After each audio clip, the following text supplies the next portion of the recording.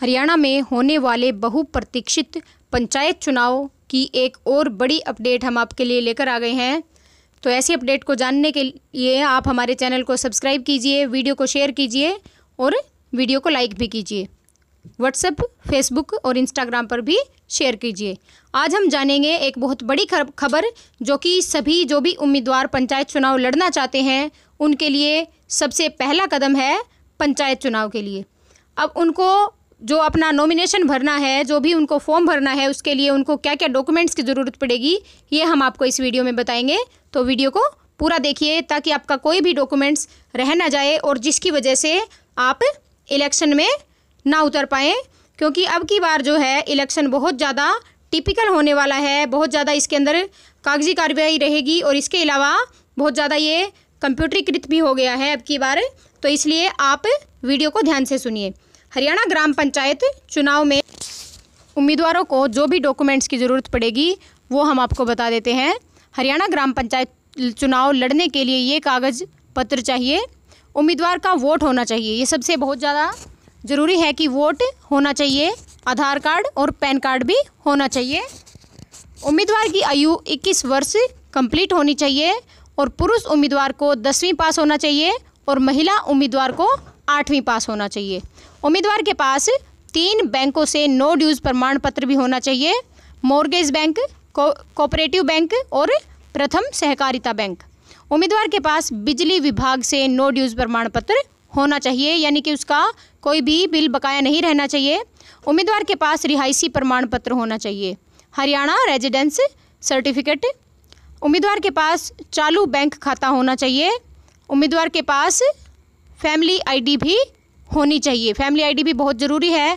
अब family ID बन चुकी है और इसमें कुछ भी कमियां अगर आप रहती हैं तो आप समय रहते इलेक्शन के नॉमिनेशन भरने से पहले अपनी फैमिली आईडी को कंफर्म करवा सकते हैं। अगर उसमें कोई भी गलती रह गई है तो किसी भी CSC सेंटर पर जाकर आप वहां से अपनी फैमिली आईडी को ठीक करवा सकते हैं। और इसके बाद आगे भी और भी डॉक्यूमेंट्स हैं, ये देखिए।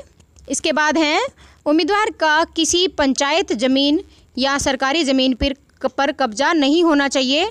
उम्मीदवार के पास शौचालय होना चाहिए। उसके पास कोई पुलिस मुकदमा उसके ऊपर नहीं होना चाहिए। उम्मीदवार के पास जाति प्रमाण पत्र होना चाहिए सिर्फ रिजर्व सीटों के लिए। और उम्मीदवार की 2 जगह वोट नहीं होना चाहिए। सरपंच पद के लिए उम्मीदवार की उसी ग्राम पंचायत में वोट होनी चाहिए जिसमें वह चुनाव लड़ रहा है। यानी कि अगर बाई चांस कोई गांव का आदमी हिसार में रहता है या कहीं शहर में रहता है और शहर से अगर उसने वोट बनवा रखा है तो वो उस गांव में सरपंच पद के लिए चुनाव नहीं लड़ सकता। उसका वोट उसी गांव का होना चाहिए। और इसके बाद ब्लॉक समिति पद के लिए उम्मीदवार की अपने ब्लॉक में ही वोट होना चाहिए।